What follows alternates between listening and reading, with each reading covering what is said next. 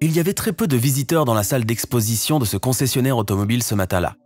Cependant, les membres du personnel du magasin s'étaient depuis longtemps habitués à ce phénomène et n'en étaient pas étonnés.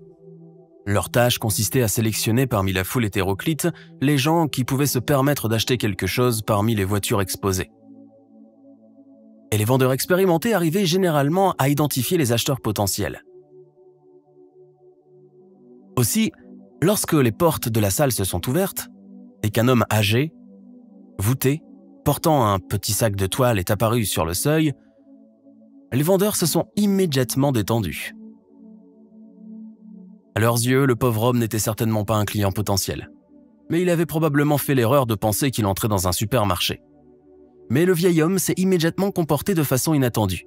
Il s'est rendu à la réception et a demandé à ce que l'on surveille son sac, qu'il a posé négligemment sur le sol. Puis, traînant ses chaussures usées sur le sol brillant de la salle, le vieil homme s'est mis à examiner minutieusement les voitures qui s'y trouvaient.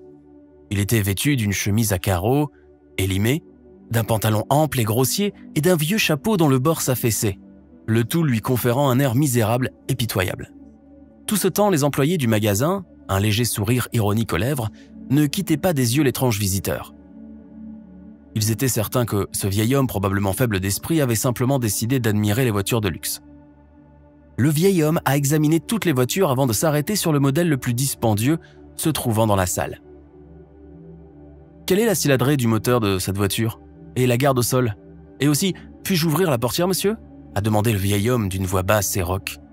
L'un des vendeurs les plus expérimentés, qui en avait assez de cette comédie, s'est alors approché et d'une voix hautaine et méprisante, a expliqué aux visiteurs que le prix de la voiture était désormais plus élevé que ce qui était indiqué, et qu'en fait, la voiture était déjà réservée et n'était donc plus à vendre. « Mais comment est-ce possible ? Il y a une étiquette de prix sur la voiture, ce qui signifie qu'elle est à vendre, n'est-ce pas ?»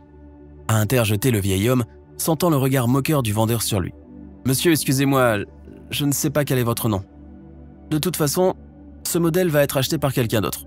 De plus, le prix de cette voiture a augmenté en raison du coût élevé des composants importés. En fait, je pense que vous devriez vous adresser à un service de location de voitures d'occasion. Ils trouveront certainement quelque chose de plus adapté à votre âge et à votre situation financière. » La phrase a instantanément provoqué une explosion de rire de la part du personnel ravi du spectacle. Seul Chris, un jeune vendeur qui venait d'être engagé, n'a pas trouvé cela amusant. En fait, il était peiné pour le vieil homme qui, à ses yeux, ressemblait à un pauvre agneau entouré d'une meute de hyènes vicieuses. Dégoûté par l'attitude méprisante du vendeur, Chris s'est alors approché des deux hommes et a suggéré tranquillement. « Monsieur Brown, pourquoi ne pas laisser ce monsieur regarder la voiture, après tout ? Selon la loi, il est tout de même notre client. » Le vendeur arrogant a réagi en serrant les dents et en jetant à Chris un regard si désagréable que celui-ci a immédiatement été contraint de battre en retraite. Pendant ce temps, le vieil homme était resté silencieux, attendant patiemment que le vendeur ouvre la porte de la voiture afin qu'il puisse évaluer la qualité des garnitures intérieures et du tableau de bord. Mais au lieu de cela, M. Brown a appelé un agent de sécurité, à qui il a demandé d'escorter l'étrange client vers la sortie. « Je pense que vous feriez mieux de partir. La voiture est très chère, vous n'êtes plus très jeune et vous pourriez abîmer les choses dans la salle, » a déclaré le vendeur, heureux de se débarrasser du pauvre homme si facilement. Cette injustice a fait monter les larmes aux yeux du vieil homme, qui s'est mis à les essuyer frénétiquement pour ne pas éclater en sanglots dans la salle de vente. Ce n'est que dans la rue que l'homme a laissé échapper ses larmes, avant de reprendre sa marche le dos courbé. À ce moment, l'un des vendeurs a aperçu le sac oublié par le vieil homme, et l'a rejeté d'un coup de pied en direction de la sortie, suscitant l'hilarité du reste du personnel. Leur gaieté a cependant été rapidement troublée par le jeune vendeur Chris qui s'est approché du sac en silence, l'a pris dans ses mains et est sorti avec lui dans la rue, sentant les regards moqueurs de ses collègues dans son dos. Heureusement, l'homme âgé n'avait pas eu le temps de s'éloigner quand Chris l'a attrapé, il lui a touché l'épaule et lui a tendu le sac. Puis les yeux embarrassés, le garçon s'est excusé pour le comportement de ses collègues, qui ont pris l'homme pour un simple vagabond. En réponse, le vieil homme a ouvert son sac et en souriant, a montré son contenu au jeune vendeur. En voyant dans le sac les nombreuses liasses de billets de 100 $, attachés ensemble par des élastiques, Chris a regardé l'homme d'un air interrogateur. Appréciant l'effet produit, le vieil homme a toussé. Et en refermant son sac, il s'est mis à raconter son histoire. Le vieil homme s'appelait Robert Jones. Depuis de nombreuses années, il collectait des bouteilles et du carton. qu'il remettait ensuite à des points de collecte de recyclage. De cette façon, M. Jones a pu économiser l'argent nécessaire pour acheter la voiture dont rêvait depuis longtemps sa femme Catherine, qui luttait déjà depuis plusieurs années contre un cancer, mais sans succès. Afin de payer les séances de chimiothérapie, le couple avait dû vendre sa maison pour aller vivre dans une caravane. Voyant que les traitements ne fonctionnaient pas, M. Jones a alors décidé de réaliser le rêve de sa femme et de lui offrir la voiture. Malheureusement, le prix de celle-ci a augmenté alors qu'il s'employait à réunir la somme nécessaire, de sorte qu'il n'avait plus assez d'argent pour l'acheter. Après avoir appris combien il manquait à M. Jones, Chris est resté songeur. Il comprenait très bien que le concessionnaire automobile pouvait difficilement offrir une telle remise.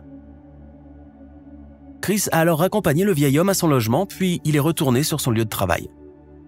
Toute la journée, le jeune homme était troublé par de vagues doutes, mais le soir, un paquet dans les mains, il se tenait devant la porte de la demeure de M. Jones. « Tenez, voici l'argent manquant. Faites un cadeau à votre femme, » a dit le vendeur, en tendant au vieil homme une liasse de billets enveloppés de cellophane. Puis, il s'est éloigné sans voir les yeux du vieil homme s'emplir de larmes. Le lendemain, M. Jones est réapparu chez le concessionnaire. Les employés sont restés bouche bée en voyant le vieil homme, incapables qu'ils étaient de comprendre comment il avait pu changer si radicalement en si peu de temps. M. Jones était désormais vêtu d'un beau costume, de chaussures étincelantes et d'une chemise blanche comme neige. Mais dans ses mains, il tenait le même vieux sac en toile. Afin que les gardiens et les vendeurs n'aient pas à se plaindre de lui, le vieil homme l'a ouvert et a montré son contenu à toutes les personnes présentes. En voyant les liasses de billets, les employés se sont immédiatement précipités autour de l'homme qu'ils prenaient hier encore pour un vagabond sans le sou. Après avoir inspecté la voiture de tous les côtés, le vieil homme a acheté le modèle qu'il souhaitait. À ce moment-là, toutes les personnes présentes dans le magasin ont regardé avec envie ce vieil homme qui avait assez d'argent pour faire un tel achat.